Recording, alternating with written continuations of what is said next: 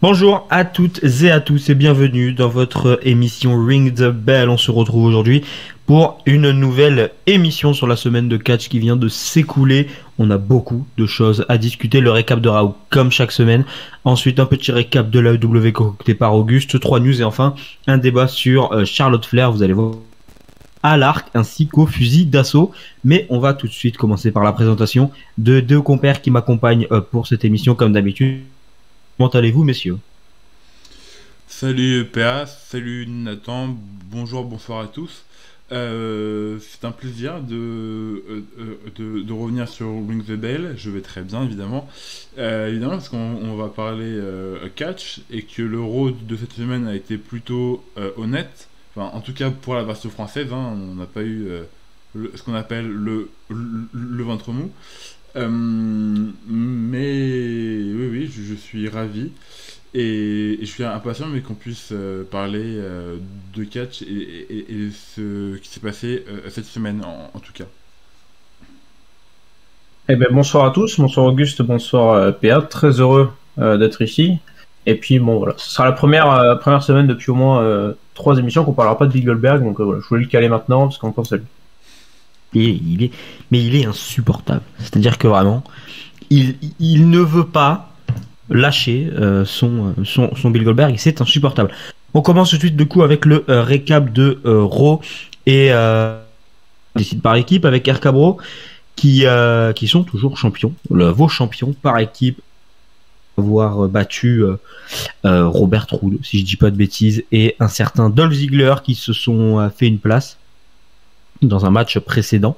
Durant la soirée, RK-Bro qui est toujours champion. Alors, normalement, ils étaient censés affronter Omos et AJ Styles. Match qui n'a pas eu lieu, évidemment, vu qu'il y aurait des rumeurs de blessures pour AJ Styles. Donc, on espère que ça ira bien pour lui plutôt rapidement. Auguste, RK-Bro toujours champion, c'est normal? Bah, bien sûr, surtout que je pense que personne ne veut des Dirty Dogs champion, donc contre eux, mais c'est normal qu'ils gagnent. Et puis c'est une équipe qui marche bien dans le ring, au micro, dans les merchandising. Donc franchement, je vois pas pourquoi ils perdraient les titres maintenant. Après, on sait que les titres tag, que ce soit à Raw ou à SmackDown, c'est pas les titres les mieux considérés.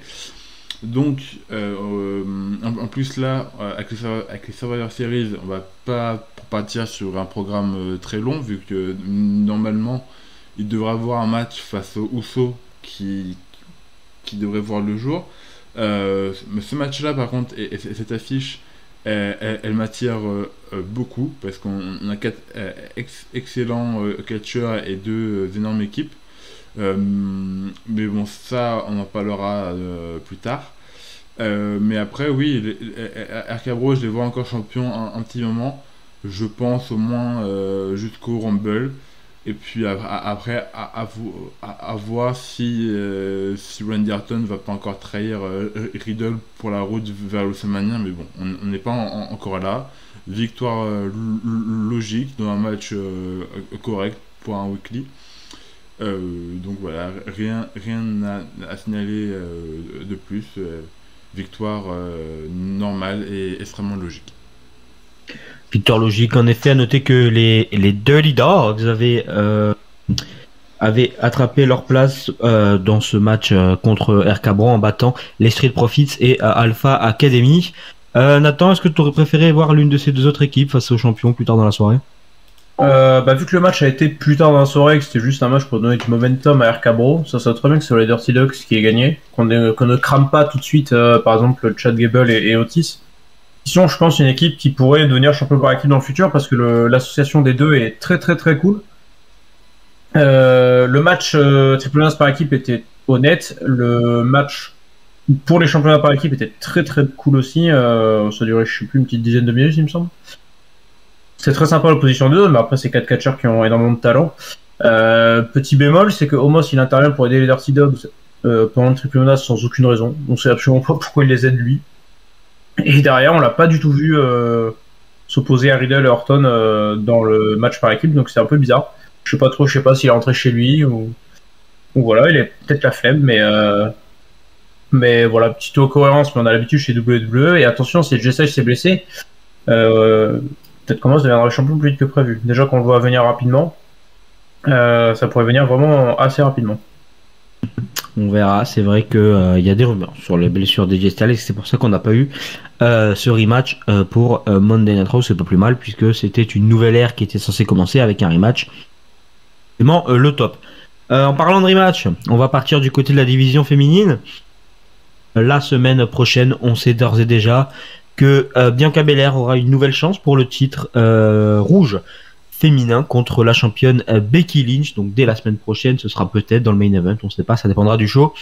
En attendant, avec les Survivor Series qui approchent, Bianca Belair peut se faire une place dans l'un des matchs importants de cette soirée en battant Becky Lynch. Mais bien sûr, Becky Lynch veut être au Survivor Series pour défendre le côté rouge dans le match féminin. Nathan, est-ce que tu penses que Bianca Belair a vraiment une chance de remporter ce match la semaine prochaine?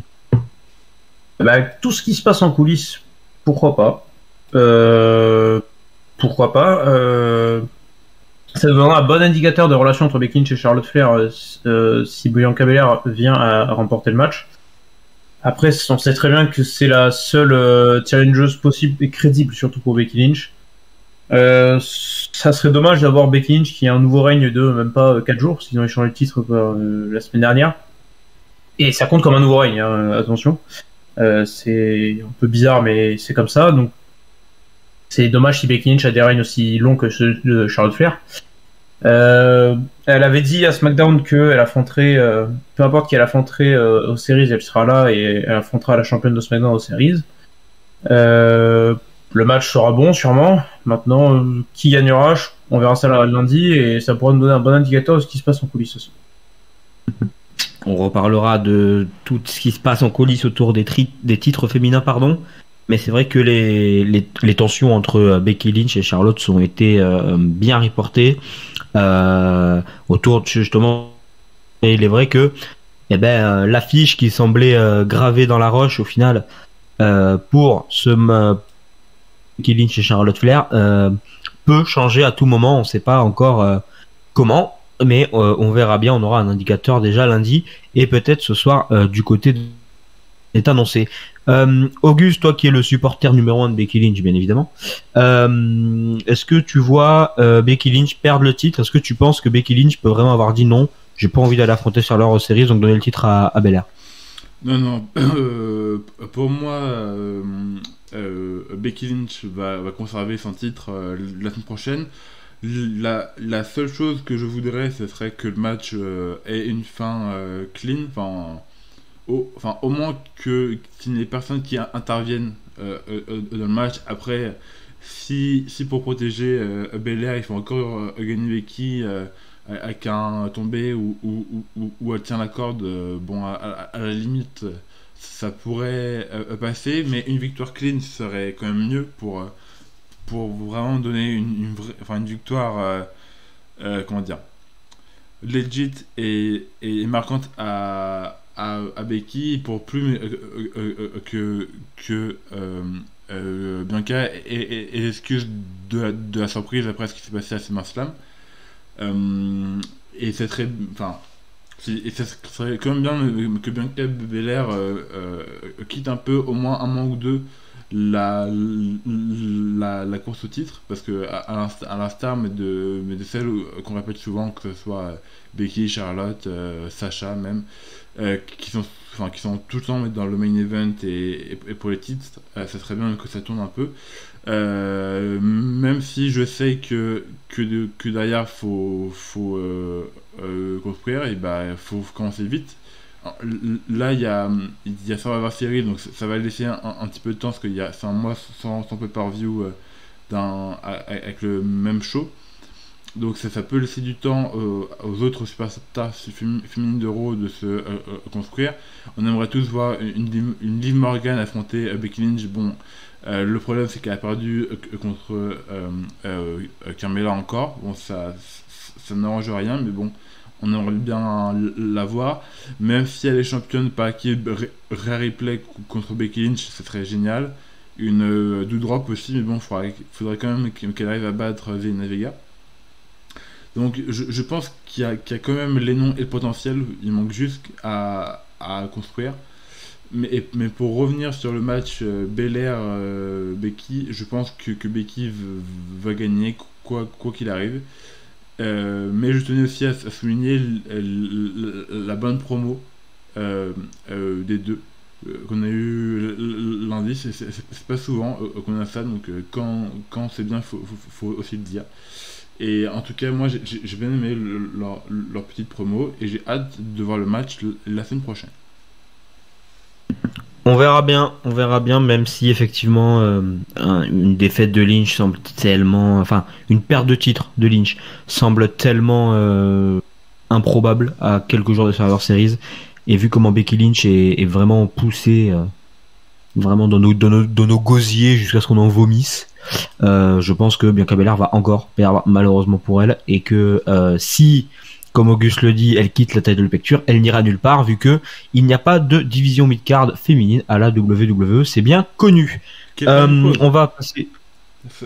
Qu'elle fasse une pause. Non, elle fait pas une pause, elle va très bien. Ça fait un an mais qu'elle elle est dans le main event et qu'elle est tout le temps là. Elle peut prendre comme McIntyre, elle peut prendre 3 semaines de pause. D'ailleurs, il a une division mid-card, il peut faire quelque chose. Il y a personne. Bah, il y a Derrière Vegas, qui a plus de momentum actuellement. Ouais, non, mais bon, bref. On va passer tout de suite du côté du titre majeur de la WWE, qui est détenu par Big E. Un Fatal 4-Way était organisé à Raw pour déterminer, c'était un ladder match, hein, pour déterminer le nouveau challenger numéro 1. Quelques noms, hein. Me manque le 3e, je le sais. Finn Balor, Kevin Owens et messieurs, aidez-moi. Rey Mysterio. Rey Mysterio, merci. Oublier Rey Mysterio, merveilleux. Battait pour devenir de Biggie potentiel. Et c'est ce qui a allé chercher le contrat au sommet de l'échelle. Va avoir une qui prochaine semaine ou dans les pros. C'était une récente et assez bizarre, puisqu'on avait 4 personnes qui avaient un momentum un peu coupé, vu que Rollins avait lutté contre Edge, Rey Mysterio pente super ascendante du côté de SmackDown, Kevin Owens ne faisait que jobber contre Madcap Moss et Happy Corbin, et Finn Balor venait de perdre la finale du King of the Ring.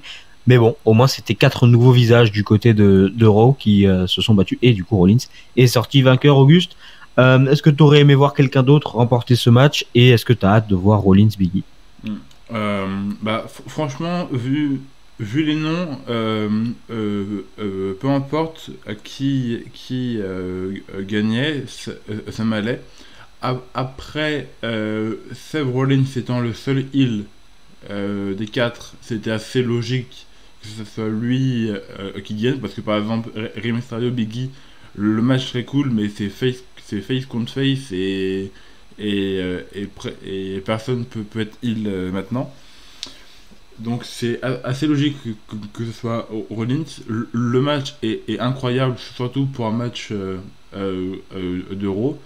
Kevin Owens a encore pris des bumps pour le business assez fou, dont le dernier où il y a un surpassement et il tombe à plat dos sur l'échelle qui se fend en deux. Finn Balor a aussi pris de sacrés coups sur les échelles. Et puis Rey Mysterio, lui c'est son métier, hein, c'est ce qu'il fait depuis plus de 25 ans, de la voltige avec les échelles. Donc lui c'est chez lui. Et c'est Rollins, Rollins c'est le forfait complète, mais tu le mets dans n'importe quel match, dans n'importe quelle stipulation, il est crédible. Donc je suis content pour lui. On va avoir un bon main event. Main event from NXT 2013 ou 2014, que Rollins c'était le premier champion NXT et Biggie le le second. Donc plus de 7 ans après, on va avoir un rematch pour un titre un peu plus glorieux. Et alors on n'a eu aucune date pour le combat, je veux dire, pardon. On ne sait pas si c'est pour Day One, on ne sait pas si c'est pour un Raw.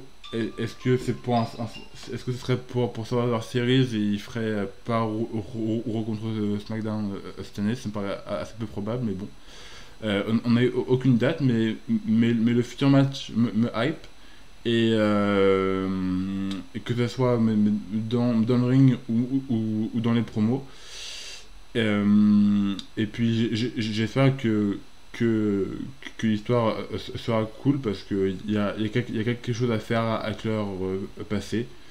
Parce qu'ils se sont affrontés en solo à NXT, par équipe avec le Shield et le New Day. Donc je pense vraiment qu'il y a matière à faire entre les deux. Il y a totalement tu l'as rappelé, ils se sont affrontés pour le titre de la NXT. Petit clin d'œil à ceux qui disent que la WWE arrive des fois sur un coup de chance. S'affronter, comme tu l'as dit, WWE dans très peu de temps. Nathan, toi, qu'est-ce que tu penses, toi, de ce résultat? Est-ce que, je vais te poser la même question, est-ce que tu aurais aimé voir quelqu'un d'autre, peut-être, arriver au sommet de l'échelle? Ben, c'est dommage que dans ce match, on n'ait pas eu de vrai momentum qui ont participé au match, parce que Rollins n'a pas eu de parcours initiatique après sa défaite contre Edge. Ce qui est un peu dommage, c'est qu'on le sert comme un cheveu sur la soupe, quoi. Mais sinon, sur les 4, pour moi, m'aller. Je pensais qu'ils allaient faire gagner un face et garder Rollins pour plus tard, histoire de le reconstruire un petit peu, lui redonner quelqu'un et d'après le mettre contre Biggie. Donc apparemment, ils sont pressés de faire ce Rollins-Biggie. Pourquoi, je sais pas.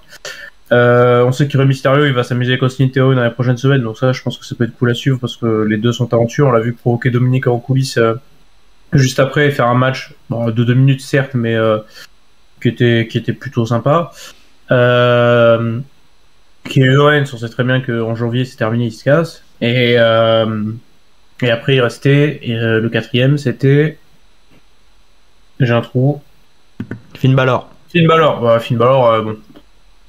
Finn Balor, ça aurait pu être celui qui gagne et finalement pour avoir encore une fois la place du mort et puis le temps de reconstruire Rollins et de mettre Rollins contre Biggie.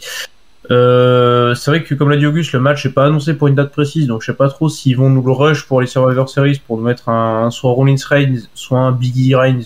Je pense qu'il y a plus sur un Biggie Reigns, je pense, et faire la rivalité avec Rollins pour après. Il y a le show du 1er janvier aussi qui va arriver assez vite. Mais on a encore cette période assez floue jusqu'au Survivor Series où normalement ça devrait être champion contre champion.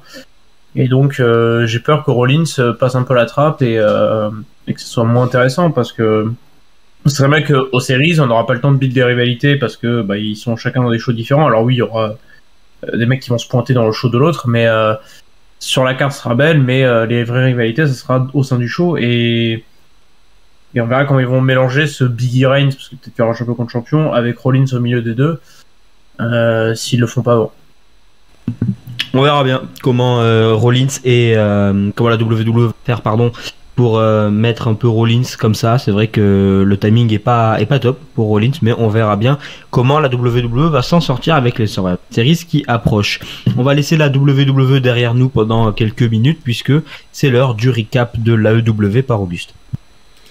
Et oui, parce que enfin, All Elite Wrestling revenait avec Dynamite un mercredi, non pas un samedi comme ça a été le cas 2 semaines de suite. Donc, cet épisode du 27 octobre de AEW Dynamite s'est ouvert avec un match. Oui, on a bien fait ça chez All Elite Wrestling. Il a commencé avec des matchs, pas avec des promos. On a commencé du coup avec CM Punk qui affrontait Bobby Fish dans un match très très technique. Bobby Fish a travaillé sur la jambe de CM Punk comme beaucoup des anciens adversaires de CM Punk comme Matt Sydal ou Powerhouse Hobbs, pardon, parce que son nom est dur à dire. Et donc, mais bon, au final, faut pas déconner. CM Punk gagne et en 5-0 depuis ses débuts. Et c'était son premier match à Dynamite et il le remporte. Et Bobby Fish, on sent que lui, il est plus là pour jobber contre les gros. En gros, il gagne des matchs à Dark et à Dark Elevation et après il perd à Dynamite et à Rampage. On poursuit avec le segment de MJF où il a battu un jobber local en 30 secondes. Donc le plus intéressant était bien évidemment sa promo. Sa promo où il provoquait encore Darby Allin qui n'est plus là depuis 3 semaines. Agressé par 4 hommes mystérieux, mais bon, on se doute bien que c'est le Pinnacle qui l'a blessé. Donc on a eu une promo où il provoquait Darby Allin, où ça parlait des mères et des copines, donc bon, c'est pas très PG tout ça, mais bon, c'est pas le cas de Dynamite. Et tout ça, donc MJF était accompagné de Sean Spears et de Wardlow, et donc il y a la musique de Sting qui retentit, sauf que c'était un petit piège préparé par Spears et par MJF pour se foutre de la gueule du public, mais au final le vrai Sting arrive et avec sa batte et met à terre Wardlow et Sean Spears, et MJF fuit. On voit un clip où Darby Allin fait passer quelqu'un avec un masque de MJF à travers une table, et après on a un plan où MJF est concentré sur Sting et Darby Allin apparaît derrière. En voyant ça, il y a MJF qui tape le sprint de sa vie et fuit. Et Darby Allin après prend un micro et elle dit MJF full gear, bon, et c'est tout. Le message est clair et c'est officiel. Le 13 novembre à Full Gear, nous aurons le match entre MJF et Darby Allin comme prévu. Ensuite, Sammy Guevara mettait en jeu son titre TNT contre Ethan Page, la moitié de Man of the Year. Et la stipulation était que si Sammy Guevara perdait, il perdait son titre évidemment, et aussi sa place dans le Inner Circle. Mais si Guevara conservait son titre, il pouvait choisir les 3 membres de American Top Team que le Inner Circle allait affronter à Full Gear dans le match 5 contre 5 en Street Fight.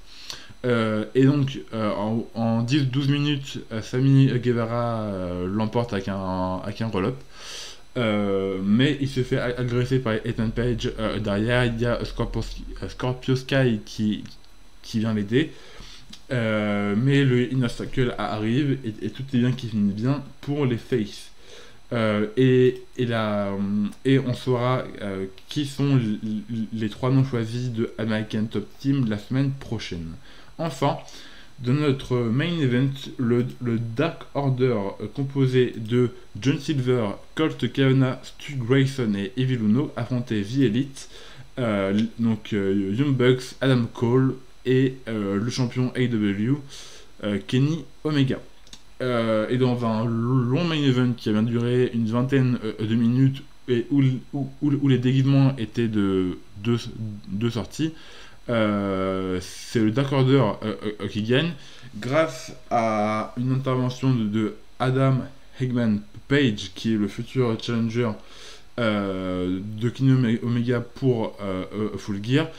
Il s'était déguisé en un gros bonhomme blanc qui ressemble un peu à Michelin. Et donc du coup au moment de la révélation, il a mis KO les Bucks et Adam Cole, et avant de porter son finish sur Kenny Omega, ce qui a permis à John Silver de lui river les épaules. On finit cet épisode avec la célébration de Adam Page et du Dark Order.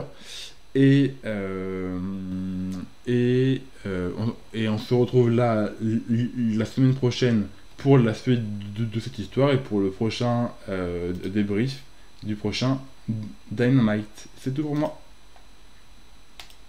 Merci Gus pour cette review de l'AEW. On va passer tout de suite aux 3 news qui ont rythmé le catch ces 7 derniers jours. Et on commence tout de suite avec une news toute fraîche, puisqu'elle date d'aujourd'hui. C'est la fin de la clause des 90 jours de non-apparence pour Bray Wyatt après son renvoi de la WWE à partir d'aujourd'hui. Bray Wyatt est libre d'apparaître un peu où il veut.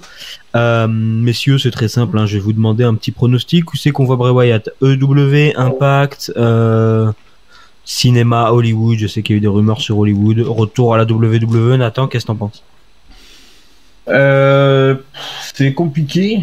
Il était pressenti du côté de l'élite il y a quelques semaines. Bon, finalement, il est pas venu, mais il y a sa clause. Je pense que l'élite est le plus probable. Le retour chez WWE, moi j'aimerais bien, mais je pense que c'est trop peu probable, ou alors ça aurait déjà été fait. Impact, je le vois pas trop évoluer du côté d'Impact. Je sais pas. J'aurais plusieurs Braun Strowman par exemple du côté d'Impact, qu'on attend toujours. Et pour le cinéma, bah, ça sera celui qui décide. Hein. S'il a envie de faire du cinéma, il va vers le cinéma. Et ça, on peut pas vraiment le prédire. Mais pour le monde du catch, je le verrai plus du côté de l'élite. Il y a Full Gear qui va arriver dans pas longtemps. Donc pourquoi pas à ce moment-là. Après, pourquoi faire je sais pas, mais ils trouveront toujours quelque chose à faire avec Wyndham Rotunda. Pourquoi faire, c'est un peu la question à 10 millions de dollars, hein, puisque on sait déjà que le roster de la W est plein à craquer et que pas ou comment Bray Wyatt pourrait fit moi dans la W. Donc non, il y a des rumeurs de cinéma pour Bray Wyatt. Moi à Hollywood, c'est toi qui fais, et il revient plus tard. Auguste, qu'est-ce que t'en penses? Je pense aussi que la fédération la plus proche de l'avoir, ça reste All Elite Wrestling, parce qu'apparemment Impact n'aurait pas réussi à mettre la main sur Wyatt et Strowman. Donc en gros nom, aux États-Unis il reste plus que All Elite, parce que je le vois mal aller au Japon ou au Mexique, perso. Après, est-ce que ça sera ce soir à Rampage? Est-ce que ça sera plus tard? Ou est-ce qu'il va vraiment prendre une pause dans le catch et aller au cinéma? Ça, je ne sais pas, mais en tant que catcher, effectivement, pour moi, il ira à All Elite Wrestling reprendre le rôle de Brody Lee en tant que chef du Dark Order. Pour moi, c'est vraiment la voie tracée. Après, je pense qu'ils vont attendre un show spécial pour le signer et pour l'amener. Et pas signer ça tout de suite, parce que c'est un gros nom. Donc, peut-être Full Gear, peut-être un show dans sa ville natale. Mais en tout cas, je vois bien Bray Wyatt ou Wyndham Rotunda aller chez AEW. AEW pour mes deux compères, personnellement je reste sur le cinéma. J'ai vu des rumeurs sur Twitter passer. Il y a une photo aussi qui est sortie, donc pourquoi pas un Bray Wyatt dans le prochain blockbuster de Hollywood. Ça donne envie, n'est-ce pas? Effectivement. On retourne du côté de la WWE. On va parler d'un renvoi, celui de Greg Hamilton, le ring announcer de WWE SmackDown, qui s'est fait renvoyer, mais il a précisé sur un post Instagram posté quelques jours après cette nouvelle que c'était un accord trouvé entre les deux parties. Je vais paraphraser un petit peu, j'ai pas le tweet sous les yeux, mais en gros, il nous dit que le planning de la WWE était devenu trop lourd pour lui à supporter avec sa famille, donc il a décidé de step away de la WWE et donc de demander son release, qui a été accepté. Alors, on peut croire à cette histoire, on peut aussi croire que Graham Hamilton s'est fait renvoyer parce qu'il devait se faire renvoyer. Au final, le fait est que SmackDown se retrouve sans annonceur de ring. Alors la WWE va en trouver un plutôt, pardon, excusez-moi, plutôt rapidement, mais pour le moment, on verra ce soir en tout cas qui va annoncer les catcheurs de SmackDown. Auguste, un petit mot sur Greg Hamilton, peut-être un souvenir. Bah, en souvenir, je pense, mais qu'on a tous le même, c'est son annonce de Shane McMahon en tant que Best in the World. Je pense que c'est son plus gros moment à la WWE. Après, si les deux parties se quittent en bons termes et en accord, je vois pas où est le mal. Et puis bon, après ça reste, dans ce qu'on voit à l'écran, ça reste une personne mineure. Donc moi, j'ai pas une attache particulière à lui. Si il est content de partir et d'aller vers une nouvelle voie et que la WWE n'y voit aucun inconvénient, c'est très bien comme ça. Et puis de toute façon, je pense mais que les annonceurs de ring, c'est pas le plus dur à trouver. Non, ça devrait aller pour la WWE. Et puis surtout, c'est vrai qu'on oublie souvent que les ring announcers ont le même planning que les superstars, juste elles ne se battent pas le soir, mais voilà, c'est tous les soirs pour eux aussi, 52 semaines par an, et effectivement ça peut avoir des conséquences sur la vie de famille et sur la vie en général évidemment. Donc voilà, Greg Hamilton a fait ce choix et grand bien lui fasse. Nathan, t'as peut-être un autre souvenir que Best in the World, ou bien sûr c'est celui qui vient en tête en premier? Je vais pas être très original parce que pour moi c'est le même. L'annonce était très cool, le booking un peu moins. Mais je vais pas rajouter grand chose par rapport à ce qu'a dit Auguste. J'étais pas. C'était un bon annonceur, mais un bon annonceur qui sait s'effacer quand les superstars rentrent dans le ring et parfaitement les introduire. Donc j'ai rien de plus à ajouter. Si sans mieux ainsi, c'était la meilleure chose à faire et c'est bien pour lui. On lui souhaite que du positif pour la suite. Absolument, voilà, on va pas en dire plus. C'est une situation qui est close maintenant. Une situation qui n'est pas close et qui attriste beaucoup de gens dans le monde du catch, c'est ce qui se passe avec la Ring of Honor, qui a annoncé sur les réseaux sociaux avoir libéré de leur contrat absolument toutes ces superstars. Le Covid est en cause principalement dans ce déclin de la Ring of Honor. Alors la Ring of Honor, c'est une des institutions du catch indie, bien sûr. Des superstars comme Punk, Bryan, Rollins, pour ne citer que, sont passés par là. Il y en a tellement d'autres. Et aujourd'hui, cette compagnie se retrouve en péril. Nathan, toi, qu'est-ce que tu penses est-ce que tu penses que la Ring of Honor va réussir à se relever, ou tu penses que c'est la fin de ce pilier de l'indie? Je pense qu'elle arrivera à se relever parce que c'est un pilier, parce que elle a eu un vivier de talent tellement énorme. Alors je suis pas un fan hardcore de Ring of Honor. Honnêtement, j'ai pas vu. J'ai vu quelques shows, mais sans plus. Mais il y avait tellement de talents exceptionnels qui sont passés par là. Je pense qu'elle pourra se relever. Après, il y aura une restructuration à faire. Elle pense reprendre les live events d'ici avril, il me semble. Moi, on m'aurait dit il y a quelques années que la Ring of Honor aurait fait faillite avant Impact. J'aurais pas cru. Mais c'est vraiment dommage parce que le catch indie, c'est ce qui permet à l'ensemble du monde du catch de vivre et de repérer les talents. Il n'y a pas que l'élite et WWE, c'est qu'une infime partie, malgré que ce soit les plus grosses compagnies de tout le monde du catch. Il y a énormément de petites compagnies qui sont qui ont dû mettre la clé sur la porte à cause de la pandémie.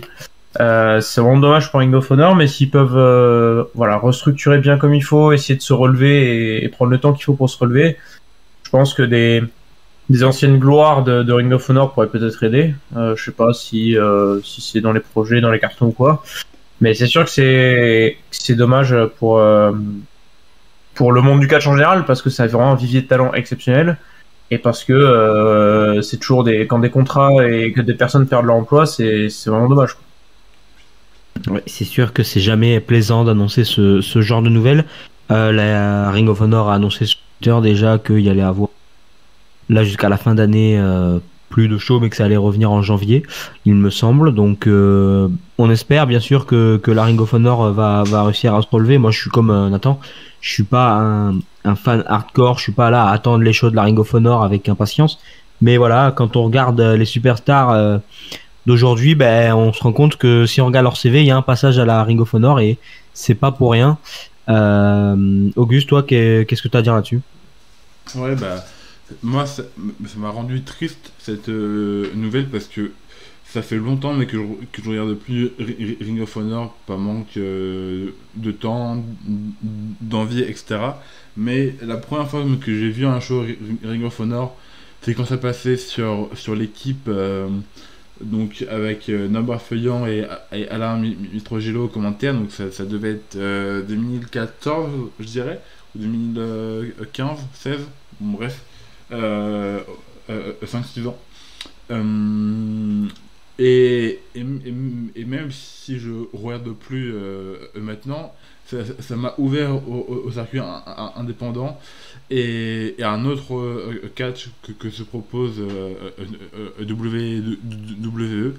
Et ça m'a fasciné et j'ai pu voir d'autres shows après. Après, j'ai pu voir Lucha Underground, un peu de la New Japan, etc. Mais au moins, ça m'a montré qu'il n'y avait pas que la WWE, mais aussi d'autres structures. Et donc, mais ça m'attriste un peu, mais que la ROH doit libérer ses catcheurs. J'espère, comme ils l'ont dit dans leur communiqué, qu'en avril 2022, ils vont pouvoir revenir et proposer de bons shows et remonter la pente. Mais pendant cette période de creux, ça laisse quand même beaucoup de grands talents sur le marché. Parce qu'il y a Bandido, Jay Lethal, Rush, Jonathan Gresham et les Briscoe Brothers qui avaient juré fidélité à Ring of Honor. Enfin, il y a quand même pas mal de gros noms de la scène indépendante. Est-ce que ça va atterrir chez All Elite? Est-ce que ça sera au Mexique, Japon? Peut-être certains vont être rappelés par WWE, que ce soit pour le main roster ou pour NXT 2.0. On ne sait pas, mais je suis assez curieux de voir ça. Où vont aller ces superstars libres, parce qu'il y en a de vraiment talentueuses et ça peut promettre un beau marché de l'hiver. On sait déjà que la AEW n'a pas vraiment attendu, hein. Les rapaces étaient sortis pour signer. Il y a beaucoup de noms, alors j'en ai plus en tête. Je crois que j'ai vu les Briscoe Brothers et ainsi que Rush qui ont d'ores et déjà eu des contacts, en tout cas avec l'AEW. Est-ce que ça va aboutir sur des contrats? Ça, je ne sais pas, mais en tout cas, voilà. Le haut du panier de la ROH va pas rester sans travail longtemps. Maintenant, il faut voir comment la fédération va se reconstruire sans ces top stars. On verra bien. En parlant de top stars, mesdames et messieurs, c'est maintenant l'heure du débat. Comme je l'ai dit en introduction de cette émission, cette semaine, nous allons parler de Charlotte Flair et de tout ce qui se passe, du shitstorm médiatique que prend Charlotte cette semaine depuis vendredi dernier et ce fameux échange de titres. Je vais vous faire un petit flashback très rapide. À la draft, Becky Lynch, championne de SmackDown, a été draftée du côté de Raw, tandis que Charlotte Flair, championne de Raw, a fait le chemin inverse et donc s'est retrouvée du côté de SmackDown. Les titres étant inversés, la WWE n'a pas trouvé meilleure solution que d'organiser un échange de titres entre les deux femmes qui s'est déroulé vendredi dernier, et c'était un segment que je qualifierais de vide. Sans âme, sans effort de la part de Becky et de Charlotte, sachant bien que c'est arrivé à la fin pour se placer en challenges de Charlotte, mais le mal était fait et on a eu des reports comme quoi les deux femmes, Becky Lynch et Charlotte Flair, se seraient violemment engueulées sans en venir aux mains.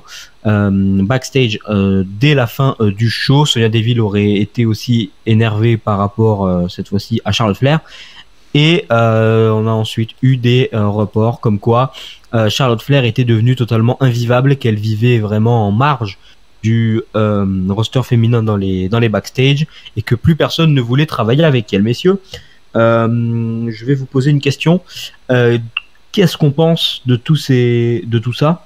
Et surtout, qu'est-ce que va devenir Charlotte Flair à la WWE, sachant que il y a ces reports comme quoi personne ne veut travailler avec elle, mais on a eu avant ce vendredi-là, la semaine avant le vendredi de l'échange de titres, beaucoup de reports comme quoi Charlotte Flair voulait drop le titre à Bianca Belair, donc pas si invivable que ça. Messieurs, je vous laisse la parole. Qui veut commencer, commence. Je ne vais pas donner la parole à quelqu'un parce que je n'en ai pas envie. Vous vous débrouillez, vous êtes des grands garçons. Mais voilà, vous dites, est-ce que vous croyez en ces reports qu'on a eu comme quoi Charlotte Flair vit vraiment en marge du coup? Ouais,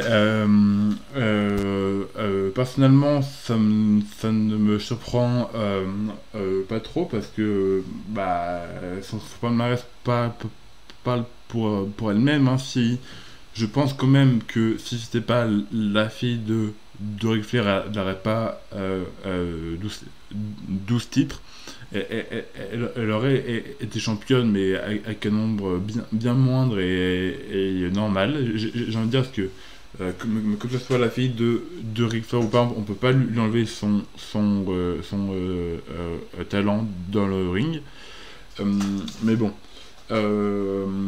Après, pour la suite, je pense que le SmackDown de ce soir va nous en dire beaucoup. Parce que au moment où on enregistre, SmackDown n'est pas encore passé, évidemment. Donc, donc, au moment où on enregistre, à tout moment, ils nous pondent un match Charlotte, Sasha Banks pour le titre ce soir, et Sasha Banks reprend le titre. Et après, Charlotte, elle prend une pause où elle va loin de la WWE pendant un petit moment. Malgré tout, je ne vois pas Vince la virer comme on a pu le lire sur certains sites de news, parce que je pense qu'il est pas assez bête pour laisser une des meilleures catcheuses du monde sur le marché. Donc, en plus, je crois qu'il lui reste plusieurs années sur son contrat, donc ça serait totalement bête de la lâcher.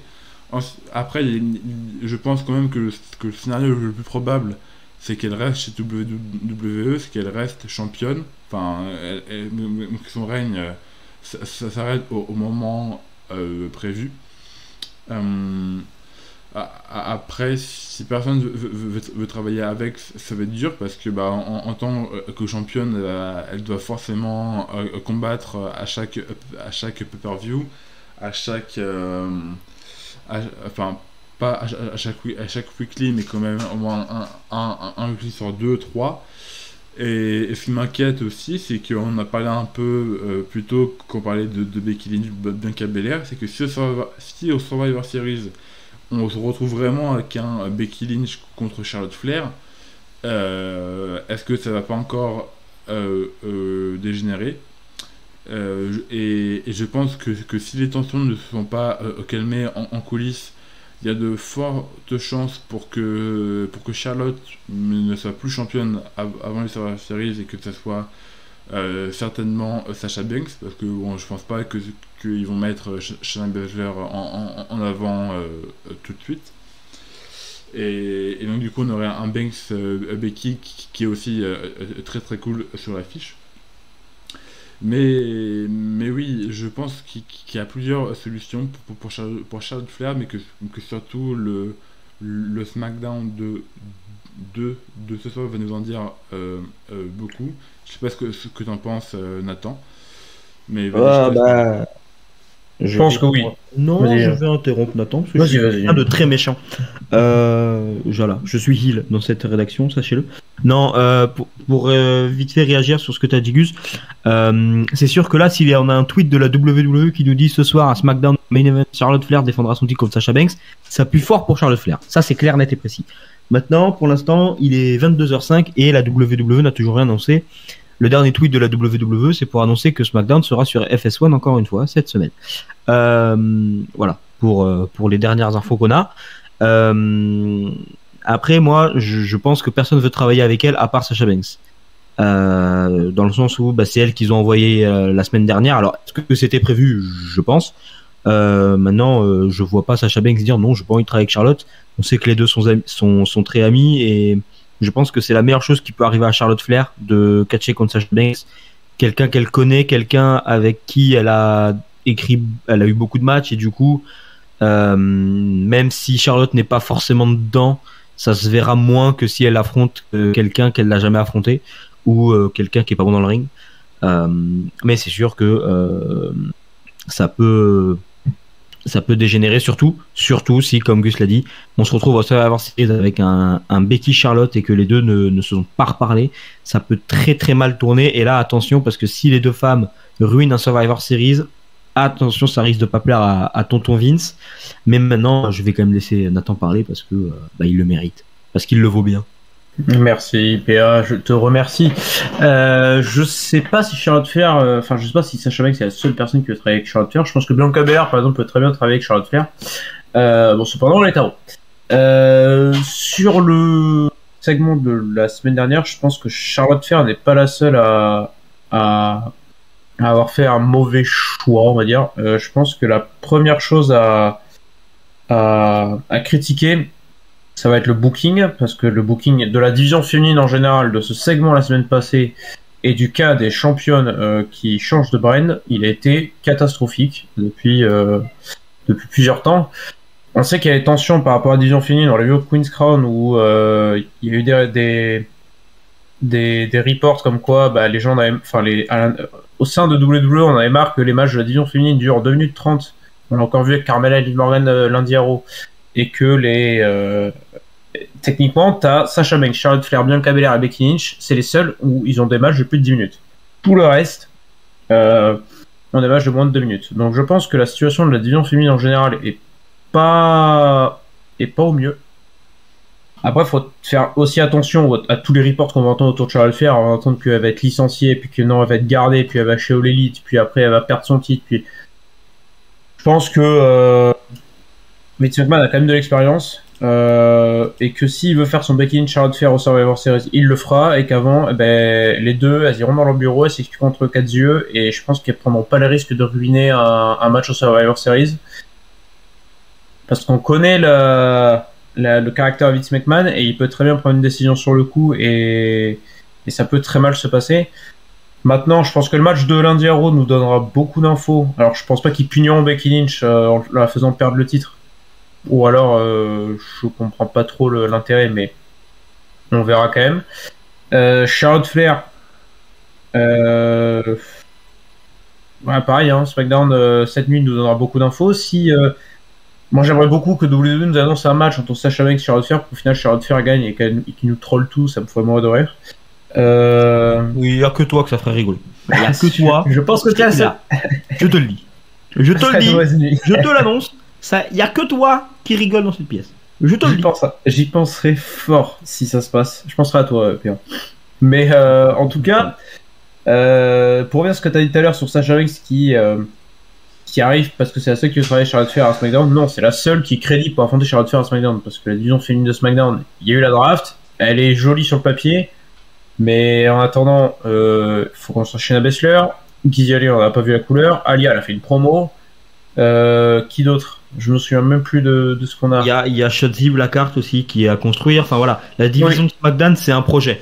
C'est ça, il y a beaucoup de choses à construire. Et donc je pense que laisser un title picture Charlotte Flair à Sasha Banks en attendant de construire le reste, même si j'ai très peu de feeling sur le fait qu'ils vont construire les nouvelles superstars parce qu'ils le font jamais depuis ça fait 5 ans qu'on dit qu'il faut qu'ils prennent leur temps pour construire des superstars et qu'ils le font pas. Maintenant, si les deux femmes, que ce soit Becky et Charlotte Flair, mettent leur ego de côté, parce qu'il faut mettre leur ego de côté quand tu travailles dans le business et comme tout emploi d'ailleurs, tu mets ton ego de côté et tu nous fais un bon match aux séries et puis de toute façon maintenant t'es divisé en chaque brand donc tu te reverras plus avant une nouvelle draft. Voilà, elles peuvent se faire la paix pendant 20 minutes pour t'offrir un très beau match et on repart sur de bonnes bases. Et Charlotte Flair prend peut-être une petite pause si ça va vraiment mal dans le vestiaire et on repart sur une nouvelle base. Mais je pense que Charlotte Flair n'est pas la personne à critiquer le plus. Je pense que le booking est vraiment le plus gros problème de cette division féminine et de ce segment notamment la semaine passée. Bah, c'est sûr que le booking n'aide pas parce que, comme je l'ai dit en introduction de ce débat, Charlotte Flair avait pitché aux officiels l'idée de perdre contre Bianca Belair. Clean à Raw pour que Belair, qui était à Raw après la draft, soit championne de Raw et que du coup, il n'y ait pas d'échange de titres. Ça laissait après Becky Lynch championne de SmackDown alors qu'elle était à Raw et ça aurait été, il y avait la possibilité de le régler à Crown Jewel. Ça n'a pas été fait. Vu que Charlotte s'est fait disqualifier contre Bianca Belair et que Becky Lynch a roll-up Sasha Banks à Crown Jewel. Ce que tu as dit sur la division féminine de SmackDown est vrai. Sasha Banks est actuellement la seule femme crédible pour aller défier Charlotte Flair. Maintenant, moi, si la division féminine de SmackDown c'est un projet, je veux pas Charlotte Flair en tant que championne. Imaginons que je sois une femme dans le roster de SmackDown et qui est un personnage à construire et tout ça, je préfère largement rentrer dans une avec Sasha Banks où je sais qu'au pay-per-view je vais avoir un match 10-15 minutes de qualité et où même si je perds je serai pas enterrée vivante. Bah ouais, je pense que si la WWE doit choisir une championne pour construire le futur de la division féminine de SmackDown, ce serait Sasha Banks. Maintenant ça c'est mon avis. Mais moi je parle pas forcément sur les championnes, hein. C'est juste des rivalités de base. Ah oui, mais alors ça c'est un autre problème. Ça c'est un autre problème, c'est-à-dire que ça n'existe pas. C'est ça, et le problème c'est qu'il faut un parcours initiatique avant d'accéder au titre. Que ce soit Charlotte Flair ou Sasha Banks la championne, il te faut un parcours initiatique pour construire, pour avoir du momentum, pour que les gens comprennent ce que tu foutes là. Typiquement des Carmella, Liv Morgan, c'est bon. On a compris, elle a un masque, Carmella, c'est bien. Si on pouvait passer à autre chose que cette rivalité à la con, pour construire, je sais pas, Liv Morgan ou même si Carmella, par exemple, je parle d'Euro, mais c'est parce qu'il y a eu Euro lundi, et que tu fais un parcours initiatique, tu mets pas Carmella forcément dans la course au titre ou Liv Morgan, et que tu leur fais faire une rivalité, pas entre elles, mais avec une autre personne, construite avec des segments de plus de 1 minute 40 et des matchs de plus de 2 minutes, bah tout de suite là, le problème va être le temps d'antenne. Si tu laisses ta division féminine avec 2 minutes par show et la challengeuse et la championne qui ont un segment de 20 minutes qui est au passage pourrable, bah c'est sûr que tu vas construire personne. Bah c'est sûr que ça aide pas, hein. Le temps d'antenne, ça c'est clair. Je sais pas pourquoi, il y a du talent. Je pense que même sans durer 10 minutes, mais voilà, un match de t'as le temps de raconter une petite histoire en 5 minutes pour un weekly. Je pense que ce serait bénéfique à la division féminine de donner plus de temps d'antenne à d'autres. Maintenant voilà, il faut aussi une championne qui, quand elles arrivent en bout de parcours et que c'est le match contre la championne, il faut pas que la championne décide c'est moi qui vais dominer 90% du match, on ne te verra plus après. Et ça, c'est vrai qu'en général les matchs de Charlotte Flair, c'est Charlotte Flair qui domine 90% du temps. Auguste, est-ce que tu as quelque chose à rajouter sur cette situation? Parce que je vais angler ta réponse parce que c'est mon travail. Nathan a émis l'idée de prendre une pause. Je pense que Vince McMahon, il est peut-être vieux, il est peut-être saigné, il est peut-être tout ce qu'on veut, mais il est pas idiot. Et Vince McMahon, il sait très bien que il a viré un mec qui s'appelle Andrade, qui se trouve être le copain de Charlotte Flair, et que Andrade, lui, est allé faire son petit bout de chemin, et maintenant il est à la AEW. Et je suis intimement persuadé que Andrade est l'espèce de petit démon sur l'épaule de Charlotte Flair qui lui dit viens à la AEW, viens à la AEW, viens à la AEW. Et que Charlotte Flair, peut-être que ça lui pèse de pas être avec son copain toutes les semaines comme pourrait l'être Becky Lynch et Seth Rollins ensemble toutes les semaines au travail. Donc il y a peut-être aussi ça qui joue. Auguste, qu'est-ce que tu penses de cette analyse que je viens de faire très rapidement? Je pense que oui, si Charlotte Flair venait à quitter WWE, son point de chute ne serait pas très dur à trouver.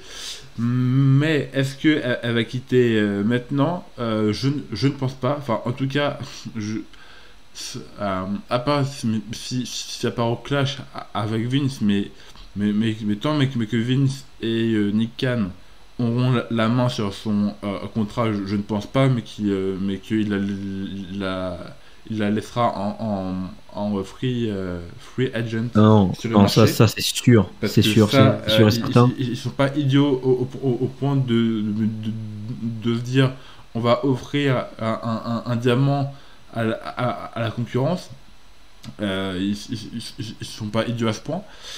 Bon, et puis surtout, les gens qui pensent ça, je pense qu'ils oublient qu'on est sur une compagnie qui est dirigée par Vince McMahon, qui n'a, mais alors, absolument aucun problème à dire à Charlotte, tu sais quoi, tu veux pas être là, tu veux pas travailler avec personne, personne ne travaille avec toi, bah va à la maison, je te paye pour rester à la maison, mais pendant 2 ans, tu vas rien faire. Ah bah oui, voilà. Oui, bah, Vince McMahon est capable de ça. Vince McMahon est un malade. Oui, il l'a fait avec tellement de monde. Par exemple, avec Luke Harper, avec Bray Wyatt, avec tous les jobbers 24/7. Comme par exemple, avant, quand il était encore à WWE, style à la No Way Jose, à la Mojo Rawley. Donc oui, si un retour dans le ring et avec une ambiance saine en coulisses c'est impossible, il va dire tu vas chez toi, tu regardes SmackDown et Raw à la télé, ça nous fera une vue en plus. Et puis voilà, je te paye et puis tu arrêtes de me poser des problèmes dans mon vestiaire. Oui, mais donc du coup, pour répondre à ta question, je pense, peut-être que Charlotte a envie de rejoindre All Elite Wrestling pour être avec Andrade. Après, je pense quand même que d'un point de vue professionnel, elle préfère être à la WWE parce que le niveau est quand même au-dessus, chez les femmes. Le niveau est quand même au-dessus à la WWE que à la AEW. Donc je pense qu'elle a le cul entre deux chaises. Mais je pense qu'elle restera à la WWE. Par contre, est-ce qu'elle va rester championne longtemps? Ça c'est moins sûr. Et je ne serais pas surpris mais qu'elle perde son titre avant Survivor Series. Moi, je trouve que c'est pas trop comparable de comparer la situation de Charlotte Flair et de Mojo Rawley, par exemple. Je pense que Vince McMahon va plus difficilement se passer à l'écran d'une Charlotte Flair qui amène quand même de l'audience, qui amène du merchandising, qui amène... ça reste Charlotte Flair, quand même. Ça reste, pour moi, la principale attraction de la division féminine de WWE. C'est la tête d'affiche de WWE, Charlotte Flair. C'est la tête d'affiche. Elle est dans le top 3 des plus grosses superstars de WWE. C'est sûrement, à l'heure actuelle, pour WWE, la meilleure catcheur nord-américaine. Ils peuvent pas se passer de Charlotte Flair. Et je pense que, même s'il y a des problèmes en coulisses, je pense qu'ils peuvent s'asseoir, et je pense qu'ils peuvent s'acheter 2 chaises et une table, s'asseoir sur ces putains de chaises et discuter. Tu vois, et régler les problèmes. Après, il faut faire attention à ce qu'on lit aussi. Il y a énormément de choses qui ont circulé dans les dirt sheets, etc. Je pense qu'il y a pas mal de conneries aussi, donc faut faire attention à ce qu'on lit. Faudra voir dans les prochaines semaines comment ça va se régler, mais Vince McMahon peut très bien dire à Charlotte Flair, bon, tu t'assois là, on va discuter. Hop, il ramène Becky Lynch, on t'assoit là, on va discuter. Et puis au Survivor Series, vous me faites pas chier, sinon là par contre, je vais m'en mêler moi-même et là ça va pas être drôle. Il y a plusieurs solutions. Soit ça va au clash et on va perdre quelqu'un, soit les deux femmes discutent. Moi, autant je pense que la division féminine de SmackDown peut se passer de Charlotte Flair. Même si je sais que c'est un reach, mais il y a quand même Bayley qui est pas là et puis qui va revenir à un moment donné dans sa carrière quand même. C'est pas la fin de carrière pour Bayley, moi j'espère. Et puis en plus, si jamais il y a un trou ou 2 ou 3, on a une brain qui s'appelle NXT, tu call up 2-3 personnes et voilà, c'est colmaté. Alors ce sera pas des stars du niveau de Charlotte Flair, mais ce sera des très bonnes personnes à mettre en face de la championne qui serait dans ce scénario-là, Sasha Banks, pour faire des bons matchs et attendre que Bayley revienne et attendre une prochaine draft. Même moi, personnellement, je crois plus à la théorie fixée par Nathan, qui est celle du dialogue, tout simplement. Becky Lynch et Charlotte Flair sont amies de longue date, c'est très visible sur les réseaux sociaux, c'était beaucoup plus à l'époque évidemment, mais voilà, elles sont toujours amies on le sait. Donc je pense que comme toutes les relations amicales, là ce segment là ça a pas marché entre les deux, il y a eu engueulade, Des fois, ça fait du bien que ça fait du bien que ça pète aussi. Et je pense que perso, je pense vraiment qu'on aura Charlotte contre Becky à Survivor Series et que tout va relativement bien se passer. Messieurs, on va conclure ce débat sur un petit pronostic très simple. La championne féminine de SmackDown contre la championne féminine de Raw, ce sera quoi le match selon toi, Auguste, au Survivor Series?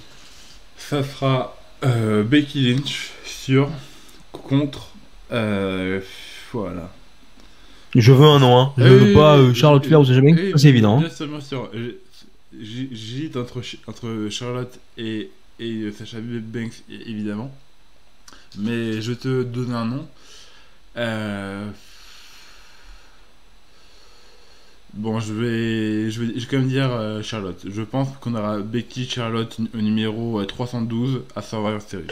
À peu près. Numéro 478, bien sûr. Nathan, toi, t'es pareil que Auguste. Becky contre Charlotte pour le. Gilbert Goldberg. Non, c'est terrible. Non, on avait dit non. Je sais que tu diras Sasha Banks, Becky Lynch. Donc du coup, pour proposer une troisième affiche originale, comme ça, il y aura forcément un de nous trois qui aura raison. Je dirais Bianca Belair, Charlotte. Ben voilà, quelqu'un qui se mouille. Tu sais que j'allais même pas forcément balancer Sasha Banks Becky parce que je pense vraiment que les deux vont s'asseoir autour d'une table et que ça va bien se passer. Mais puisque tu as lancé le jeu, je vais le suivre et je vais pronostiquer un Becky Lynch Sasha Banks lors du prochain Survivor Series parce que ça me fait kiffer et surtout que Sasha Banks doit battre Becky Lynch encore une fois parce que la première fois n'était pas assez et ça c'est petit vengeance personnelle. Messieurs, je pense qu'on a été complet sur ce débat et sur cette émission. À part si quelqu'un d'entre vous a quelque chose à rajouter sur le cas de Charlotte. Non, c'est bon, je pense qu'on a assez parlé sur elle.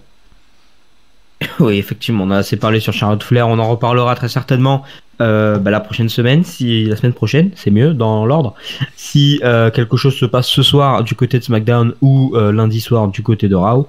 En attendant, voilà, j'espère que cette émission vous aura plu, j'espère que nos analyses ne vous auront pas fait vomir, parce que c'est quand même pas le but. Et rendez-vous la semaine prochaine pour un nouvel épisode de Ring the Bell. Ciao tout le monde. Ciao. Salut.